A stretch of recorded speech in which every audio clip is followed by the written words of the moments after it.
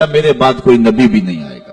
بہت سارے لوگ مختلف زمانوں کے اندر نبوت کے دعوے کرتے رہے اور اپنے انجام بد کو پہنچتے رہے، اور سب سے بڑا فتنہ جو پیدا ہوا وہ قادیان کا دجال مرزا قادیانی۔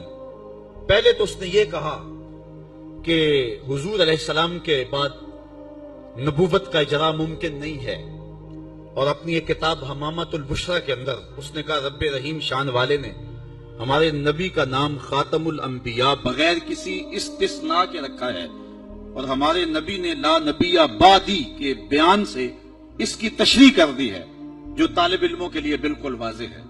یہ اس نے اپنی کتاب حمامۃ البشرا کے اندر لکھا۔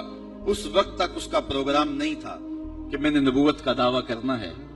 بعد میں آپ کی سیالکوٹ کی کچہری میں ہی وہ ملازم تھا، اور میں اگر تاریخ کے ابواب کھولوں تو بات لمبی ہو جائے گی۔ کچھ لوگوں کا انٹرویو ہوا، وہ کامیاب ٹھہرا، اور پھر اس نے پہلے راستہ ہموار کرنا شروع کیا، اور پھر ایک دن اس نے کہہ دیا کہ بعثنی اللہ علی راس المئۃ لأجدد الدین، اللہ نے مجھے صدی کے سر پہ مبعوث کیا ہے کہ میں دین کی تجدید کروں۔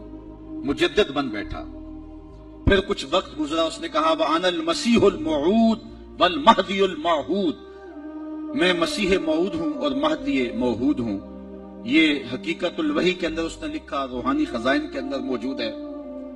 پھر ایک دن بدبخت نے کہا کہ منم مسیح زماں و منم کلیم خدا، منم محمد و احمد کے مجتبی باشد، استغفر اللہ لعنت اللہ علی الکاذبین۔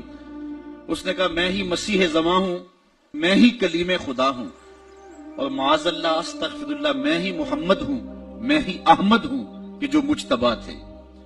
اور پھر بدبخت آگے بڑھا اور اس نے انبیاء کی توہین کی، ذات باری کی توحید کی، اور کہا بایعنی ربی، میرے رب نے میری بیعت کی ہے۔ معاذ اللہ استغفر اللہ۔ یہ روحانی خزائن کے صفحہ نمبر 227 پہ اس نے لکھا، اور پھر کہنے لگا میرے رب نے مجھے وحی کی ہے، انت منی بمنزلت اولادی، آپ میرے لیے میری اولاد کی جگہ ہیں۔ استغفر اللہ علی ذالک۔ پھر اس نے کہا ابن مریم کے ذکر کو چھوڑو، اس سے بہتر غلام احمد ہے۔ استغفر اللہ۔ پھر اس نے لفظ گھڑنے شروع کر دیے اور اللہ کی وحی اس کو قرار دینا شروع کر دیا۔ میرے پاس اتنا وقت نہیں ہے کہ اس کے حفوات اور اس کی بکواسات کو آپ کے سامنے رکھوں، لیکن جو اس نے وحی کے نام سے لوگوں تک پہنچایا وہ گالیاں تھیں، وہ لغویات تھے، وہ الوہیت کی توہین پر مشتمل باتیں تھیں، انبیاء کی توہین تھی، صحابہ اور اہل بیت کی توہین تھی، اور تضادات پر مشتمل باتیں تھیں۔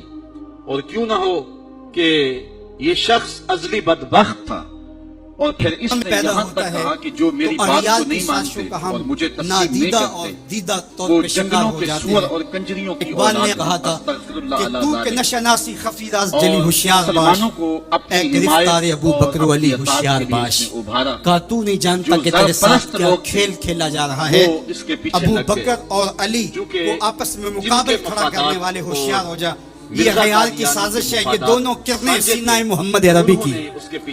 ابو بکر بھی حضور کے ہیں، علی بھی حضور کے ہیں، عثمان بھی حضور کے ہیں، اصحاب بھی رسول کے ہیں، اہل بیت بھی حضور کے ہیں۔ ہم ان کی چوکھٹ کے فقیر بھی ہیں اور ان کے در کے بھی غلام ہیں۔ ہمیں تو ان کی وساطت سے دین ملا ہے، ہم ایک کا نام لے کر کے دوسرے کی نفی نہیں کر سکتے۔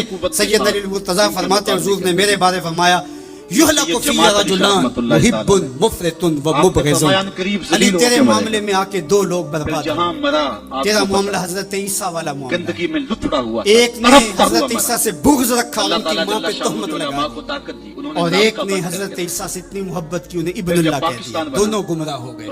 فرمایا تیرا معاملہ بھی حضرت عیسیٰ کا ہے، ایک محبت کر کے برباد ہوگا، ایک بغض رکھ کے برباد ہوگا۔ ایسا نہ ہو کہ تمہیں غارِ ثور کی بلندیوں پر اپنے کندھوں پہ حضور کو اٹھا کے لے جانے والا صدیق بھی دکھائی نہ دے، اور تمہیں جو ہے وہ دشمن کے آگے سینہ تان کے کھڑے ہونے والا فاروق بھی دکھائی نہ دے، اپنا سارا مال حضور کی راہوں میں خرچ کر دینے والا تمہیں عثمان نظر ہی نہ آئے۔ اور ایسا بھی نہ ہو جانا کہ علی کا نام لیا جائے تمہاری طبیعت میں بے چینی آ جائے، تمہارے چہرے کا رنگ بدلنے لگے، تم علی کا نام گوارا نہ کرو، تمہیں ٹھنڈ کیوں نہیں پڑتی؟